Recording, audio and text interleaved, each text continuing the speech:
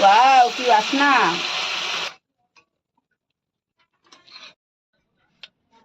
भेंडी आलू कषा बे हमर रेडी हे गला। देखंतु सांग माने ये हो जे भेंडी आउ आलू।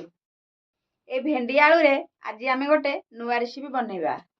केमिति बनैबा आ को प्रकार बनैबा आपण माने शेष पर्यंत देखिले जानि पारि। आम वीडियो टिकी शेष पर्यंत देखिबे। आपण मानकु जदि भलो लागिवो गोटे लाइक करिवे आउ आम चैनल टिकी सब्सक्राइब करिवे। चलंतु एबे वीडियो टिकी आरंभ करिबा। देखंतु भेंडी आलू आमे पानी रे धोई दबा। से टिके धोई दबा। धोई की ताऊ थाली के धोई दबा। भेंडी आलू एबे कटा हे गला। टिके हळदी अल्प टिके लूण कौन करिया गोले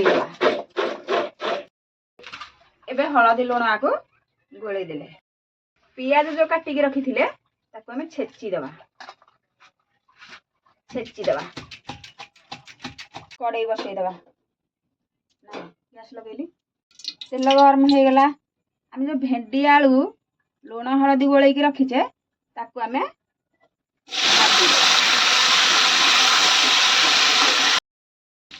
एबे हमर भेंडी आलू भाजी हे गला। ताऊ थाली की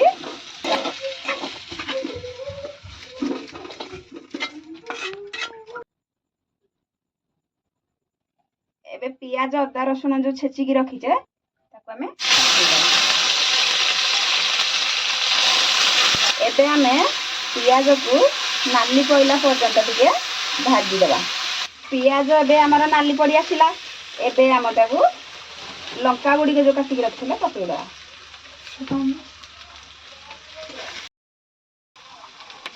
एबे लंका गुंड पकई दबा। जीरा गुंड पकई दबा। ये चिकन मसला पकई दबा। ये धनिया गुंड पकई दबा। अल्प टिके पानी पकई दबा। मसला बे हमर रेडी हे गला। ये जो आलू भेंडी की भाजी की रखीचे तापरे पकई दबा। भल से टिके मिसई दबा। किछि समय में आमे ताको ये घोड़े दबा। एबे भेंडी आलू को आमे कसेइबा। तेणु करी आमे नाप अनुसार टिके पानी दे दबा। एबे आमे ताको घोड़े दबा। किछि समय से फुटी गला परे देखिबा। एबे हमर भेंडी कषा रेडी हे गला। ये देखि दबा। वाओ की वासना। प्लेट काढ़ी दबा।